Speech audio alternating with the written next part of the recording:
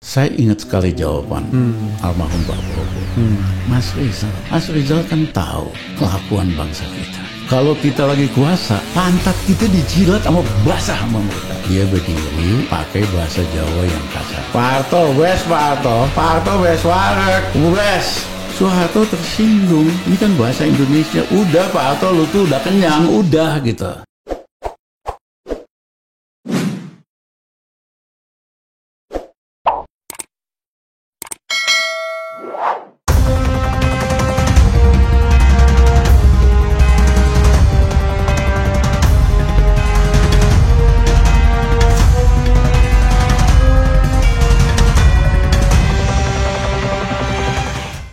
Saya dengar aja dulu. Habis itu saya bilang, mohon maaf Pak Yaakob, pandangan Mas Amin tentang Islam tidak fundamentalis, tidak seradikal Ketua Partai PAS di Malaysia. Oke. Mereka jauh lebih fundamentalis. Masa Pak Yaakob bilang, iya, coba aja cek sama staf Pak Yaakob. Oke. Terus? PAS itu, Anwar Ibrahim. Oh beda. Bukan, ya, beda lagi. PAS Islam. PAS Islam, Partai Islam. Kan? Beda. Ya. Nah, kemudian pertanyaan Pak Yaakob berikutnya, Mas Rizal kenal Pak Amin Rais? Kenal. Mas Rizal jamin? Saya bilang iya. Sejak itulah Kompas Group mulai naikin Amin Rais. I see. Dan dulu memang belum ada yang lebih berpengaruh daripada Kompas Group kan? Ya. Nah, habis itu saya minta tolong sama Tides Katopo. Oke, Aristides ya? Ya, almarhum pemilik juga. Pemret dari Suara Pembaruan. Memang dia anti Soeharto karena pernah dibredel kan. Iya. Jadi saya bilang, Tides tolong kumpulin di Cawang 60 wartawan senior dari Suara Pembaruan Group. Saya mau datang. Saya jelasin lagi. Suara Pembaruan Group. Ya. Oke. Kan banyak lah ya, majalah. Banyak. Ya. Terus saya jelasin lagi pakai rumah kaca tadi. Iya. Ini udah retak nih. Siapa yang berani nendang Pak Harto jatuh. Apalagi Soko gurunya Abri itu mayoritas sudah nggak mau dia. Oke. Nah, mereka seneng. Kemudian pada nanya, Mas Rizal siapa tokohnya? Aku sebut nama Amin Rais. Diam semua. Akhirnya Rizal Ramli marah. Kita kan biasa marahin siapa aja di Indonesia. Iya. Tapi nggak ada masalah karena teman belasan tahun. Iya. Kamu jangan coba marahin orang yang kamu belum kenal. Digebuk kamu. Bikin kita marahin. Mohon maaf. Di sini ini 50% Batak Kristen, 50% ini Manado Kristen. Pasti kalian kalau ada tokoh dari Islam nggak mau. Iya kan? Aku mau ngomong di mana-mana, mau bilangin Suara Pembaruan Group ngaku nasionalis padahal nasionalis sempit, ngaku anti primordial padahal dasarnya juga primordial. Oke. Akhirnya setujulah mereka. Mulailah Kompas Group, Suara Pembaruan Group naikin Amin Rais. Nah, ingat bapaknya Barat Nasution, Dr. Hasibuan, Albert Hasibuan, akhirnya kan jadi salah satu pendiri PAN. Iya, termasuk pendiri PAN dia. Gunawan Muhammad juga. Nah, habis itu aku datengin Gunawan Muhammad. Saya sangat dekat sekali sama dia karena kita sama-sama di Boston pada saat yang bersamaan. I see. Saya mahasiswa PhD, dia jadi fellow di Newman Fellow di Harvard. Frederick Newman Fellow. Ya. Nah, Gunawan ini pada waktu itu masih muda, 50 tahun. Tapi otaknya banyak macam-macam, selalu lupa. Kalau ke ATM, dimakan ATM-nya sama mesin. Karena salah pencet 3 kali. Habis itu telepon gue, Jalo pinjam gue duit dong. Iya kan, gue perlu duit banget nih. Gue bilang, lu telepon sekretaris lu. Nggak mungkin Jalo, ini jam 3 pagi nih di Indonesia. Akhirnya kita nongkrong di Cafe Connection di Harvard Square. Iya kan, teman. Saya ajarin dia Words. Belum bisa ngetik di komputer waktu itu. Word kan. Jadi dekat sekali. Nah, tapi kan Gunawan ini ada Islamofobianya. Iya. Saya ketemuin dia, Mas, lupain dulu dah itu dah. Kita ganti Soeharto dulu aja. Dia bilang, iya sih, dia juga memang anti otoriter kan. Gimana caranya? Ya kita mesti naikin Tempo Group, naikin Amin Rais. Gue nggak mau begini begitu kan. Tapi waktu itu Tempo sudah dibredel kan? Itu setelah dibredel kan? Iya, setelah dibredel. Nah, akhirnya dia setuju ketemu Amin Rais, seneng sama Amin Rais. Makanya dia jadi salah satu pendiri dari PAN. Iya, deklarator PAN juga dia. Ya. Iya. Saya orang yang ngedit draft ADART PAN bersama Arif Ariman. I see. Waktu saya dibujukin Amin Rais jadi ketua PAN, saya nggak mau. Saya minta Arif Ariman jadi ketua partai PAN. Nah, saya waktu itu Taufik kan juga deket banget. Lu masuk PDIP aja jadi salah satu ketua. Aku nggak mau. Gus Dur apalagi sama kita kan sayang banget. Rizal, kamu jadi ketua PKB. Kamu boleh pilih yang mana aja, asal jangan gantiin saya. Kita kan mau independen, nggak mau partai-partaian. Nah, jadi terjadilah itu. Sekitar akhir April, mungkin minggu terakhir April, saya diundang oleh Hubert Nice, Dr. Hubert Nice, Managing Director IMF untuk Asia. Yang kemarin datang, yang waktu itulah. Oh, tapi itu Kamdesu ya? Setelah itu. Setelah itu Kamdesu. Kamdesu, oke. Hubert Nice ya. Ya, saya diundang di suite-nya di Grand Hyatt. Saya bawa satu teman. Ini akhir April 98. Dia bilang, Dr. Ramli, kita akan bujuk pemerintah Soeharto buat naikin BBM. What do you think? Apa menurut Anda? Saya bilang, Dr. Nice, saya ini trained economist. Professional economist. Saya ngerti semua alasan kenapa kita harus naikin BBM. Tapi hati-hati, ini suasananya udah panas. Bisa terjadi sesuatu. Tapi Hubert Nice ini sombong banget. Dr. Ramli, Anda berlebih-lebihan. Nggak ada apa-apa kok. Saya setiap pagi pakai celana pendek, jogging di daerah miskin di belakang Grand Hyatt di Kebun Kacang. Orang Indonesia lihat saya tuh tersenyum, dada-dadaan ketawa. Saya marah sekali. Itu kan jawaban nggak intelek. Orang Indonesia nggak sarapan pagi, pengangguran, belum tentu makan siang. Ada bule dada-dadaan sama dia, senyum, ya senyum balik. Nggak ada hubungan sama perut dia, nggak ada hubungan sama perasaan dia. Akhirnya aku kesel, gue bilang, Dr. Nice, I don't want to argue with you anymore. Gue nggak mau ngomong lagi sama lo. Iya kan? Just take a note of what I said. Catat buat kita tinggal. Apa yang terjadi? Tanggal 1 Mei 98, mereka berhasil membujukin Pak Harto naikin harga BBM 74%. Harga minyak tanah 44%. Terjadilah demonstrasi besar yang rusuh di Makassar. Pertama kali pecahnya di sini? Ya, di Makassar. Perubahan itu bukan dari Jakarta, 98. Ya. Dan itu kampus swasta, itu bukan kampus negeri? Ya, UMI. Ya kan? Habis itu seminggu kemudian terjadi di Medan. Demo besar rusuh.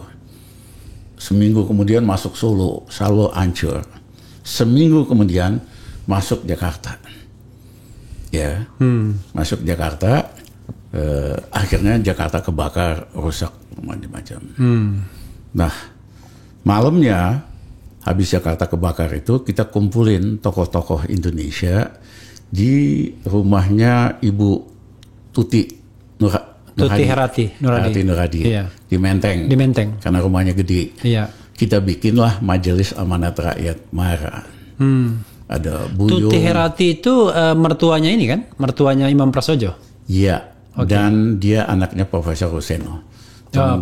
Iya, Ruseno. Menteri Pekerjaan Umum dulu pernah. Iya. Nah, Insinyur Ruseno. Kumpullah Buyung, siapa yang Badung-Badung, Gunawan, Amin, segala macam. Kita keluarkan pernyataan Soeharto harus mengundurkan diri. Nah, karena suasana... Itu tanggal berapa itu? Itu 98 lah, sekitar tanggal, lupa saya, minggu ketiga gitu. Tapi poinnya, media berani muat, sebelumnya kan nggak berani muat. Iya. Nah, besoknya saya datang jam 10 pagi ke rumah Prabowo Sutejo. Ini Pak Harto, apa namanya nih, adik tirinya Pak Harto. Rumahnya di Jalan Diponegoro. Di depan rumahnya itu masih banyak bangkai mobil kebakar. Oke. Saya datang dengan tim saya, Nasyid Majidi. Saya bilang, Pak Prabowo udah kenal saya berapa tahun? Dia bilang, udah kenal 8 tahun sama Mas Rizal. Pernah nggak Mas Rizal minta tolong? Nggak pernah. Ya biasanya orang kalau kenal saya pengen minta naik jabatan, minta proyek, minta uang. Mas Rizal saya kenal 8 tahun, nggak pernah minta tolong sama saya. Yang kedua, dia bilang, saya tahu Mas Rizal oposisi kritis terhadap Pak Harto, tapi hubungan sama saya kan baik banget. Baik, kita sering makan siang, sering diskusi. Karena Mas Rizal tahu saya suka belain pribumi. Dia kan ketua himpunan pengusaha pribumi waktu itu. Pak Prabowo, saya datang pagi-pagi ini jam 10, saya mau minta tolong. Apa? Pak Harto dalam perjalanan dari Mesir ke Halim, nanti datang siangan, ya kan? Saya minta Pak Prabowo jemput. Terus Pak Prabowo bujukin Pak Harto supaya ngundurin diri. Nggak pernah minta, tapi sekali minta begitu. Saya tahu Pak Harto kalau lagi seneng dia nggak main sama Prabowo, dia mainnya sama Sweet Katmono. Happy. Tapi kalau lagi krisis, dia hanya dengerin Prabowo Sutejo karena yang ngerti politik nih Prabowo. Yang banyak temannya Prabowo. Saya ingat sekali jawaban almarhum Pak Prabowo. Mas Rizal kan tahu kelakuan bangsa kita. Kalau kita lagi kuasa, pantat kita dijilat sama basah sama mereka. Ngomongnya begitu. Tapi kalau kita nggak kuasa, kita ditendang-tendang. Apa jaminannya kalau Pak Harto mundur, keluarga Pak Harto nggak ditendang-tendang? Saya bilang, mohon maaf Pak Prabowo, Bung Karno jasanya besar sekali buat Indonesia. Begitu Bung Karno jatuh, dia itu keluarganya di non persona gratakan. Anak-anaknya ditendang semua keluar dari universitas. Guntur dikeluarin dari ITB, dipaksa keluar. Megawati dari Unpad, semua anak-anaknya nggak boleh ada yang kuliah. 32 tahun tidak boleh diwawancara oleh satu pers pun. Nggak boleh bisnis, nggak boleh apa-apa. Itu Bung Karno loh jasanya. Yang lebih gede dari Pak Harto. Pak Harto, iya kan? Jasanya mohon maaf lebih kecil dari Pak Bung Karno. Ini korbannya udah ratusan yang meninggal, luka-luka ribuan. Kalau Pak Harto ngotot terus berkuasa, ya mohon maaf, Pak Prabowo tak uber. Itu kan ada premannya dikit. Pada timing yang tepat. Kalau timingnya salah kita dipenjara langsung. Akhirnya Prabowo setuju jemput Pak Harto. Siangan itu. Pak Harto datang dari Mesir waktu itu sampai di Halim. Cuman salaman aja hello sama menteri. Hanya mau ngomong berdua dengan Jenderal Wiranto, Pangap, Menko Pertahanan, Menhankam Pangap, ya kan. Ketemu berdua. Pak Harto tanya bagaimana perkembangan situasi. Begini terjadi kerusuhan di kota ini, korban ini itu. Pertanyaan Pak Harto yang kedua yang paling penting, apakah ABRI bisa mengendalikan situasi? Pak Wiranto jawab, mohon maaf Pak Presiden, ABRI tidak mampu mengendalikan situasi. Kecuali Pak Presiden perintahkan kita all out. Kita ABRI akan all out, tapi korbannya akan berlipat-lipat. Soeharto nggak ngomong, tinggal pulang ke Cendana. Refli, jawaban Pak Wiranto ke Pak Harto nyaris sama dengan penjelasan saya kepada Prabowo Sutejo. Benang merahnya di mana? Benang merahnya pada waktu itu Rizal Ramli adalah penasihat ekonomi Angkatan Bersenjata. Penasihatnya Jenderal Wiranto. Gitu. I see. Nah malamnya Pak Harto pulang ke Cendana, Prabowo baru bisa ketemu. Pak Harto bilang, kita masih bisa kok kendalikan situasi, kita perintahkan aja ABRI all out. Pak Prabowo bilang, mohon maaf Mas, kalau kita all out, keluarga kita bisa dihabisin. Akhirnya Pak Harto nyerah. Kalau begitu besok kumpulkan di istana tokoh-tokoh. Saya mau bicara, ya kan, minta dukungan mereka. Saya mau bikin komite reformasi. Oke. Nah, besoknya Saidilah Mursyid panggil Gus Dur dan lainnya. Saidilah Mursyid itu Menteri Sekretaris Kabinet. Oke. Ya kan? Iya. Si yang lain kumpul di rumahnya Prabowo Sutejo, Ketua MUI, Nurholis Majid, ke istana. Pak Harto bilang, ini situasinya gini, saya mohon dukungan bapak-bapak untuk kita bikin komite reformasi. Butuh waktu 3 bulan untuk memilih pemimpin Indonesia berikutnya. Nah, semua rata-rata ngomongnya setuju semua. Tapi yang di luar dugaan saya, dan saya kagum luar biasa, Dr. Nurholis Majid. I see. Ini kan anak Jombang. Iya. Dia berdiri pakai bahasa Jawa yang kasar lagi sekali. Pak Harto, wes Pak Harto. Pak Harto wes warek, wes. Soeharto tersinggung. Ini kan bahasa Indonesia. Udah Pak Harto, lu tuh udah kenyang, udah gitu. Pakai bahasa kasar sama Raja Jawa. Soeharto tersinggung. Aku ndak patean. Bubar komite reformasi. Oke. Iya kan? Nah, malam itu saya kerja, saya teleponin semua Pemret TV sama radio. Mohon yang dimuat hanya omongan Nurholis Majid. Buat orang luar Jawa, omongan itu nggak penting. Iya. Buat orang Jawa, omongan itu penting sekali. Iya. Artinya apa? Rakyat biasa ngomong dengan bahasa kasar sekali sama Raja Jawa. Artinya aura kekuasaan itu dicabut sama Nurholis. Siangnya Pak Wiranto telepon saya, Mas Rizal tolong datang ke kantor Menhan, Pangap di Medan Merdeka Barat. Saya mau diskusi.